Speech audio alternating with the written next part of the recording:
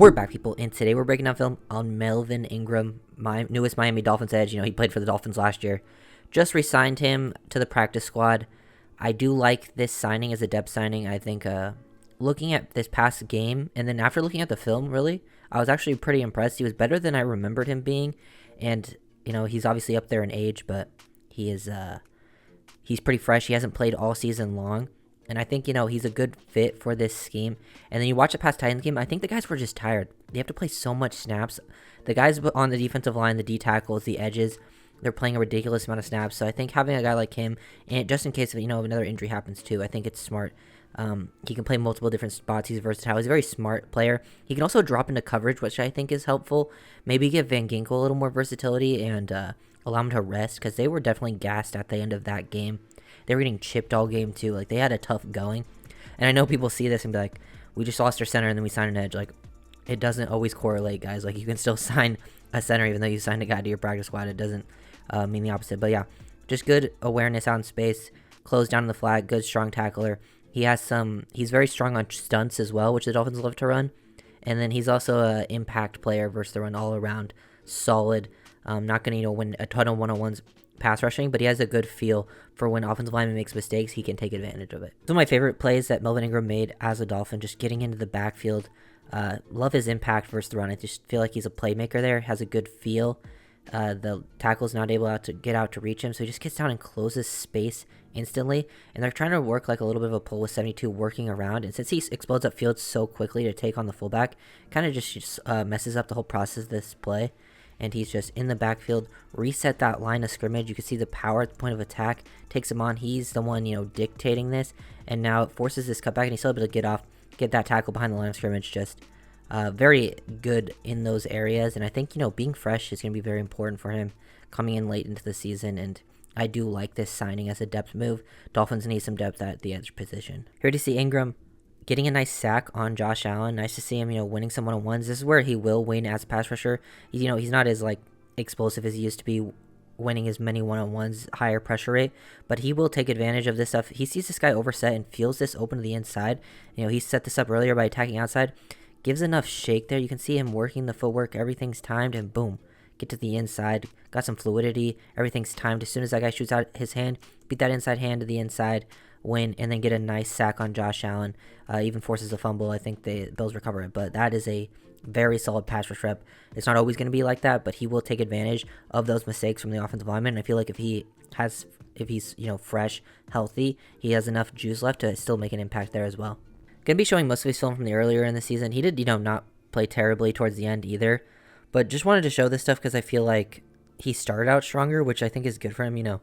Having some rest, just has to have a strong close of the season. He might not even play. Who knows if he gets elevated. I do think he'll see some time. But here's just scoring a touchdown. Nothing too crazy, but you can see him, twisting around here. Was going to come up unblocked, but then they get Brandon Jones unblocked. And then just the instincts, good ball skills to pick that up. Impressive play. I mean, not his most impressive overall, but it is a touchdown, so I just got to show it for sure.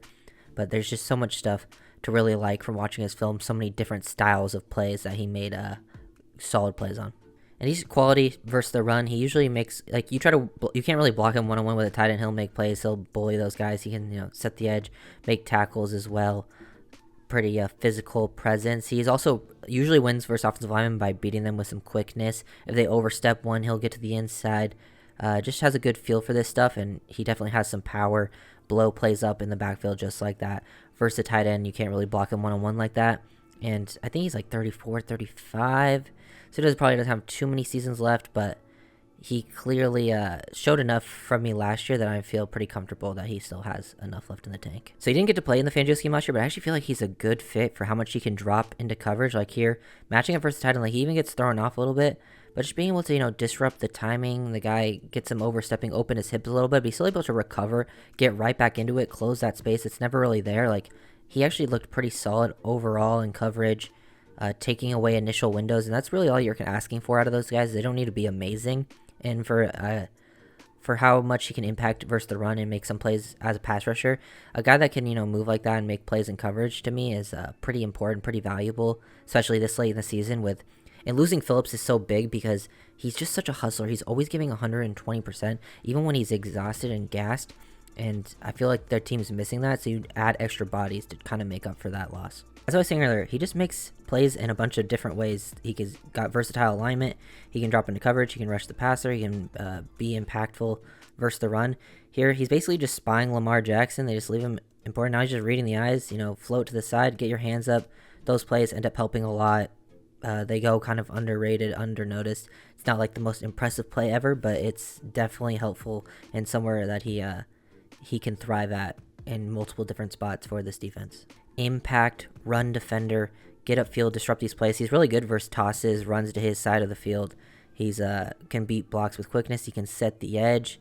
Here he basically just blows this up. He feels 85, trying to get that outside leverage, cuts to the inside, basically slows down his initial block and then dips underneath, beats that block. Basically takes two players out to not block anybody, and then it forces, he doesn't get the tackle, but it forces Singletary to cut back in everyone and they get a 2-yard loss. That really starts with him just by winning multiple different assignments. Here we just see Ingram standing up, not rushing from, the outside, beating a guard. Ball has to come out quickly from Allen. 1-on-1, they get the incompletion. Like to see the positional versatility. I think this is going to be pretty nice if he does see some playing time. Him and Van Ginkel can do multiple different alignments like this, and just beating a guard. Look at that hard step to the outside. Look how he sets up. He basically almost works like a wide receiver, and when he usually wins, like with how hard hit that jab to the outside. Get this guy to basically open up his hips like he's a DB. Hard club, swim over. He throws him to the ground. That is a disgusting move, and this is where all of his best pass rush reps came earlier on in the season, like pure one-on-ones like that. So I think, clearly he was at 100% at that time, and I feel like that's what you could see from him now, and I just think definitely a fan of this signing. I think you could see more of him and JPP as this year goes on, just giving some of these guys a little bit of a rest, and I think they can make an impact. Another good work versus the run. Not versus the run. Sorry, versus the pass. My bad. But he drops into coverage. This is another impressive play. I think they have to scramble, and look at him drop into coverage. Get hands-on, chase, squeeze the route. That's where he's trying to go. It's like a 3rd-and-1 situation, and he's trying to go straight to Jamar Chase in this window between two linebackers and one who's an edge. And Ingram shows instincts. He understands, like, hey, I'm going to squeeze this, take away that throwing lane. It ends up being a dump off into the flat to Joe Mixon, which I think they counted as a run. Counted that as a backward pass for some reason. Whatever. But yeah, good job by Ingram, squeezing and just understanding his assignment overall. That stuff is not always done by linebackers, especially guys who are specifically known for rushing off the edge. Last play that we're going to break down for Melvin Ingram, I'm not going to go through his, he played like 500-ish snaps last year for the Dolphins, which is a decent amount throughout the whole season, and there were still plays I could have broken down a lot later on. It wasn't like he just became nothing later on in the season. I just just didn't want to make the video too long, and everyone saw Ingram play last year. Just wanted to give a little bit of a reminder here, setting up the spin move. You can see he's got some juice left in the tank as a pass rusher. I like this move. I think him and JPP are a little bit different players. I think Ingram can be a little more versatile, flexible to play as a guy that can drop into coverage.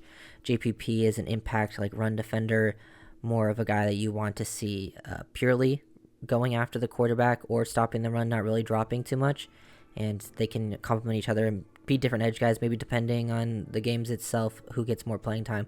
They have Ingram on the practice squad, but he can be elevated 3 times, which I kind of expect to see if he's healthy to get some elevation at some point. And especially once he understands the defense, I think he's a good fit. So, yeah, just like what I'm seeing from him, that's a really perfectly timed spin move. Enough gas left in the tank as pass rusher. Impact versus the run, makes some plays at his side of the field, beats blocks with quickness. Instinctive player, can drop into coverage a little bit as well. Overall, just versatile, very key to his game. So I do like to pick up as a depth signing. Still want to see them sign possibly a center because while I think Liam has played much better this year, all his good games have come at guard and not center, and I think that is a huge problem for the offense right now. So if you guys know the video, make sure to like, subscribe, and get it. Peace.